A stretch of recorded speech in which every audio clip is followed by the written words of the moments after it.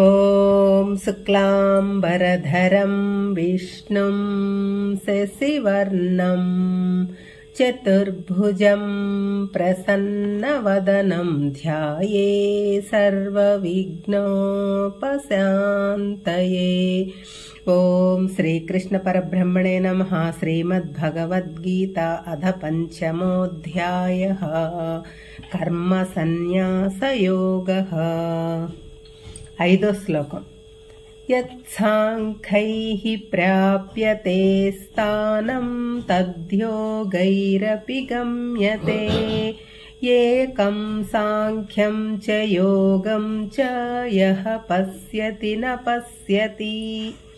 జ్ఞానయోగము అవలంబించిన సాంఖ్యయోగులు ఎటువంటి స్థానము పొందుతారో కర్మయోగం అవలంబించిన వారు అదే స్థానమును పొందుతారు. సాంఖ్యమును యోగమును ఎవరైతే ఒకటిగా చూస్తారో వారే నిజంగా చూచిన వారు, తెలిసిన వారు అవుతారు. పై శ్లోకంలో చెప్పిన దానినే మరలా చెబుతున్నారు పరమాత్మ. జ్ఞానయోగం అవలంబిస్తే యోగులకు మోక్షం వస్తుంది. కర్మయోగం అవలంబించిన గృహస్థులకు కూడా అదే మోక్షము వస్తుంది. ఏ మార్గంలో పోయినా చేరే గమ్యం ఒకటే. హైదరాబాద్ నుంచి గుంటూరుకి 2 మార్గాలు, ఏదైనా ఒకటే, చేరేది గుంటూరుకే.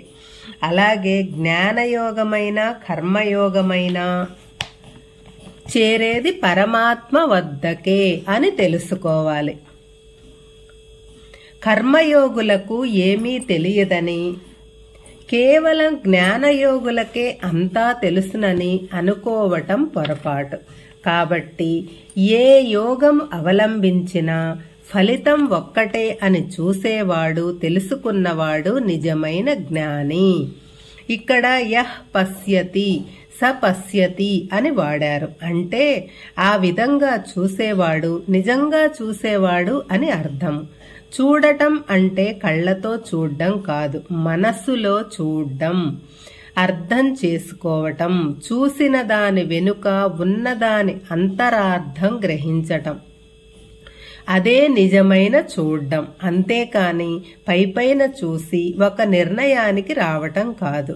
కాబట్టి మనం ఆచరించేది జ్ఞానమైన కర్మయోగమైన వాటిని చక్కగా చూసి అర్థం చేసుకుని ఆచరించాలి. ఆచరించే యోగం ఏదైనా శ్రద్ధ, లక్ష్యం, శుద్ధి, భక్తి భావన ఇవి ముఖ్యం. కాకపోతే ఒకదాని వెంట ఒకటి పొందటం సులభం. అదే తరువాతి శ్లోకంలో చెబుతున్నారు పరమాత్మ. 6వ శ్లోకం.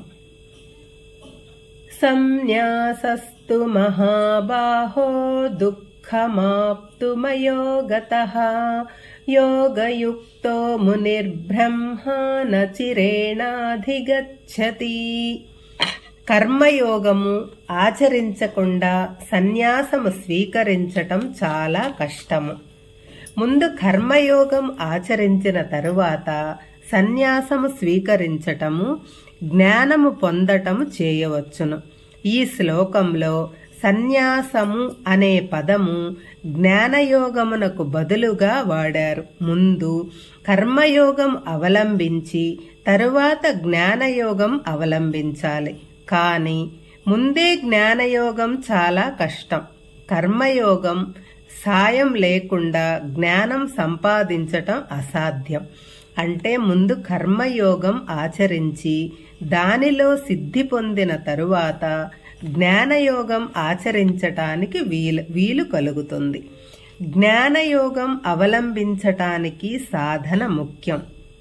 ముందు నిష్కామ కర్మయోగం అవలంబించాలి, తరువాత జ్ఞానయోగం ఆచరించాలి. అంటే కర్మయోగము ప్రాథమిక విద్య, జ్ఞానయోగము ఉన్నత విద్య అని చెప్పవచ్చును. కాబట్టి ముందు కర్మయోగములో నిష్ఠాతులైన వారు మాత్రమే జ్ఞానయోగం అవలంబించటానికి అర్హులు.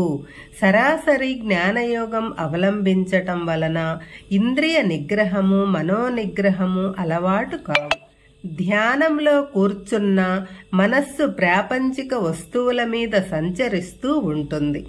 ఏ శబ్దం వినపడ్డా కళ్ళు తెరిచి చూస్తాము.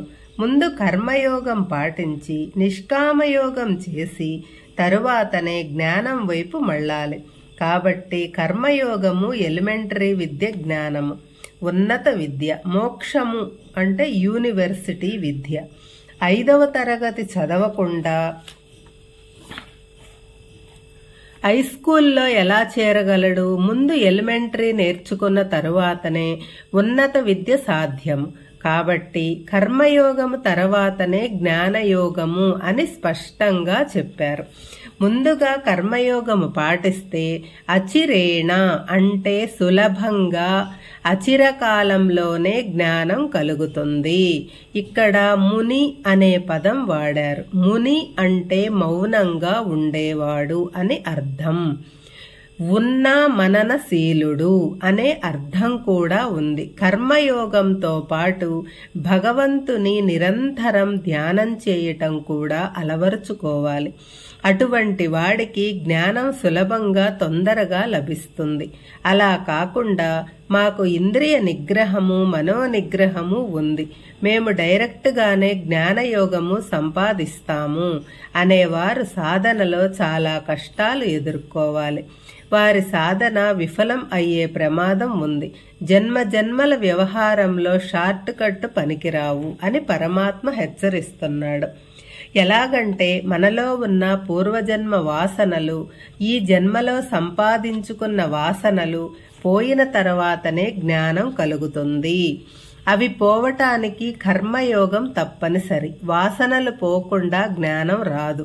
వాసనలు శరీరంలో ఉంటే మనసు ఆ వాసనల వెంట పరుగెడుతూ ఉంటుంది.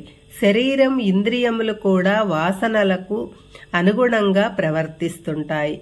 పైకి కాషాయాలు కట్టుకుని మేము జ్ఞానులము, మాకు జ్ఞానోదయం అయింది అని అనుకుంటూ ఉంటారు. కానీ వారి మనస్సు మాత్రం కోతిలాగా అటూ ఇటూ తిరుగుతూ కుప్పిగంతులు వేస్తుంది. అప్పుడు వారు కష్టాలలో చిక్కుకుంటారు, తీవ్ర అశాంతికి గురవుతారు. కాబట్టి ఏ సాధన చేయటానికైనా చిత్తశుద్ధి, వాసనలు లేకుండా ఉండటం అవసరం. దీనికి కర్మయోగమే మంచి మందు, పునాది. గట్టిగా ఉంటేనే కాని పైన భవంతి నిలవదు. అలాగే ముందు కర్మయోగము ద్వారా నిష్కామ కర్మలు చేస్తేనే గాని పైమెట్టు ఎక్కలేడు. ఈ ప్రకారంగా నేరుగా జ్ఞానయోగమును అవలంబించబోయి పతనమైన వాళ్ళు మనకు చాలా మంది కనబడుతుంటారు. వేదాంతంలో ఇది ఒక రహస్యం. ఈ రహస్యం తెలుసుకోకుండా మేము జ్ఞానులము, మాకు జ్ఞానోదయం అయింది అనుకుంటూ ప్రచారం చేసుకుంటూ ఉంటారు. చివరికి నవ్వుల పాలవుతారు. ఇటువంటి వారు అటు కర్మయోగులకు ఇటు జ్ఞానయోగులకు పనికి రాకుండా ఉభయ భ్రష్టత్వం పొందుతారు. కాబట్టి పరమాత్మ చెప్పినట్టు ముందుగా కర్మయోగము, నిష్కామ కర్మ, కర్తృత్వ భావన లేని కర్మ, సమాజహితం కోసమే కర్మ, స్వార్థము లేని కర్మ, అన్ని కర్మలు పరమాత్మ పరంగా చేస్తూ కర్మఫలములను పరమాత్మకు అర్పిస్తూ కర్మయోగమును అవలంబిస్తే జ్ఞానం దానంతట అదే కలుగుతుంది అని పరమాత్మ నొక్కి చెబుతున్నారు. ఈ శ్లోకాన్ని మరొక కోణం నుంచి కూడా చూడవచ్చు. సన్యాసము అంటే జ్ఞానము అని అనుకున్నాము, కానీ సన్యాసము అంటే సర్వసంగ పరిత్యాగము అని అర్థం తీసుకుంటే ఇది చాలా కష్టం. దుఃఖభూయిష్టము అని చెబుతున్నాడు పరమాత్మ. సన్యాసము అనేది బుద్ధి పరిణితి చెందిన వారికి, దృఢమైన మనస్సు కలవారికి సన్యాసము తీసుకోవాలి అని పరిపూర్ణమైన కోరిక కలిగిన వారికి సాధ్యమే కాని అందరికీ కాదు. ఈ లక్షణాలు లేకుండా సన్యసిస్తే దుఃఖములు తప్పవు. కేవలం కాషాయాలు కట్టినంత మాత్రాన సన్యాసం స్వీకరించినట్టు కాదు. శరీరం సన్యాసంలో, మనసు సంసారంలో ఉన్నట్టు ఉంటుంది. ఒకసారి సన్యాసం తీసుకుంటే మరలా వెనుకకు రావటానికి వీల్లేదు. గృహస్థు సన్యాసి కావచ్చు గాని సన్యాసి మరలా గృహస్థు కాలేడు. అది అసాధ్యం. కాబట్టి అర్హత ఉన్నవాడికి సన్యాసం ఆనందం కలిగిస్తే అర్హత లేని వాడికి సన్యాసం చాలా దుఃఖమును కలిగిస్తుంది. ఆ ప్రకారంగా అర్హత ఉన్న సన్యాసికి మౌనంగా ఉంటూ మనన శీలత్వం కలిగిన మునికి బ్రహ్మను గురించి తెలుసుకోవటం, బ్రహ్మపదం పొందటం చాలా సులభం. అది చాలా తొందరలో లభిస్తుంది. హరే కృష్ణ.